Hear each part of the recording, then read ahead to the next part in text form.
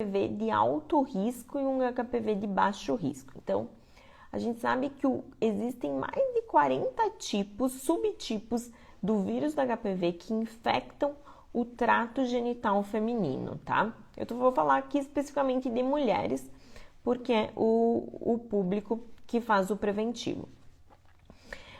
E existem os HPVs que são chamados de baixo risco oncogênico, ou seja, que tem uma taxa muito baixa deles, uma chance muito baixa de eles darem lesões que podem evoluir para câncer.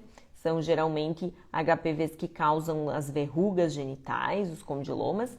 E existem os HPVs de alto risco oncogênico, que são os HPVs que podem causar essas lesões que têm chance de evoluir para câncer. Dentre eles, existem dois que são os piores, que é o HPV 16 e o HPV 18. O HPV 16, ele aumenta em 400 vezes a chance da pessoa ter um câncer de colo de útero. Então, ele é uma das influências para aumentar o risco de progressão.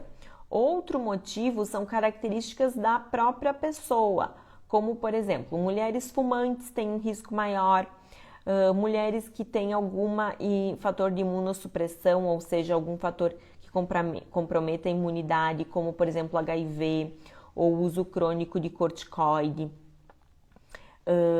Tem características da própria pessoa que podem colaborar para uma pior imunidade, como, por exemplo, pessoas que têm depressão têm uma pior imunidade. Então, são algumas características que influenciam nessa taxa de progressão. Por isso que varia de 12% a 40%. Quanto ao NIC2. O NIC2, ele é uma lesão, então, ficaria algo entre o NIC1 e o NIC2, entre o NIC1 e o NIC3. O NIC3 é uma lesão mais grave, o NIC2 seria uma lesão intermediária, né? Uma displasia moderada. Existe uma linha de pensamento, que é a terminologia LAST, que acredita que o NIC2 na realidade não existe, que o que existe ou é um NIC1 ou um NIC3. E como a gente poderia fazer essa diferenciação? Então, para quando uma mulher tem uma biópsia que vem o resultado NIC2, o que a gente faz é pesquisar, fazer um exame que se chama estudo imunohistoquímico, que a gente avalia naquele pedacinho que foi retirado da biópsia, a presença do P16, tá? Que é uma proteína. Quando isso está presente, significa que esse NIC2 ele tem um comportamento de NIC3, ou seja, ele é uma lesão mais agressiva. Quando ele está negativo, não está presente, ele tem um comportamento de NIC1. Na prática, na grande maioria das vezes, o NIC2 ele se comporta assim como o NIC3, por isso que o tratamento recomendado acaba sendo igual ao do NIC3. Quando que a gente acaba, então, fazendo esse exame aí de imunohistoquímica?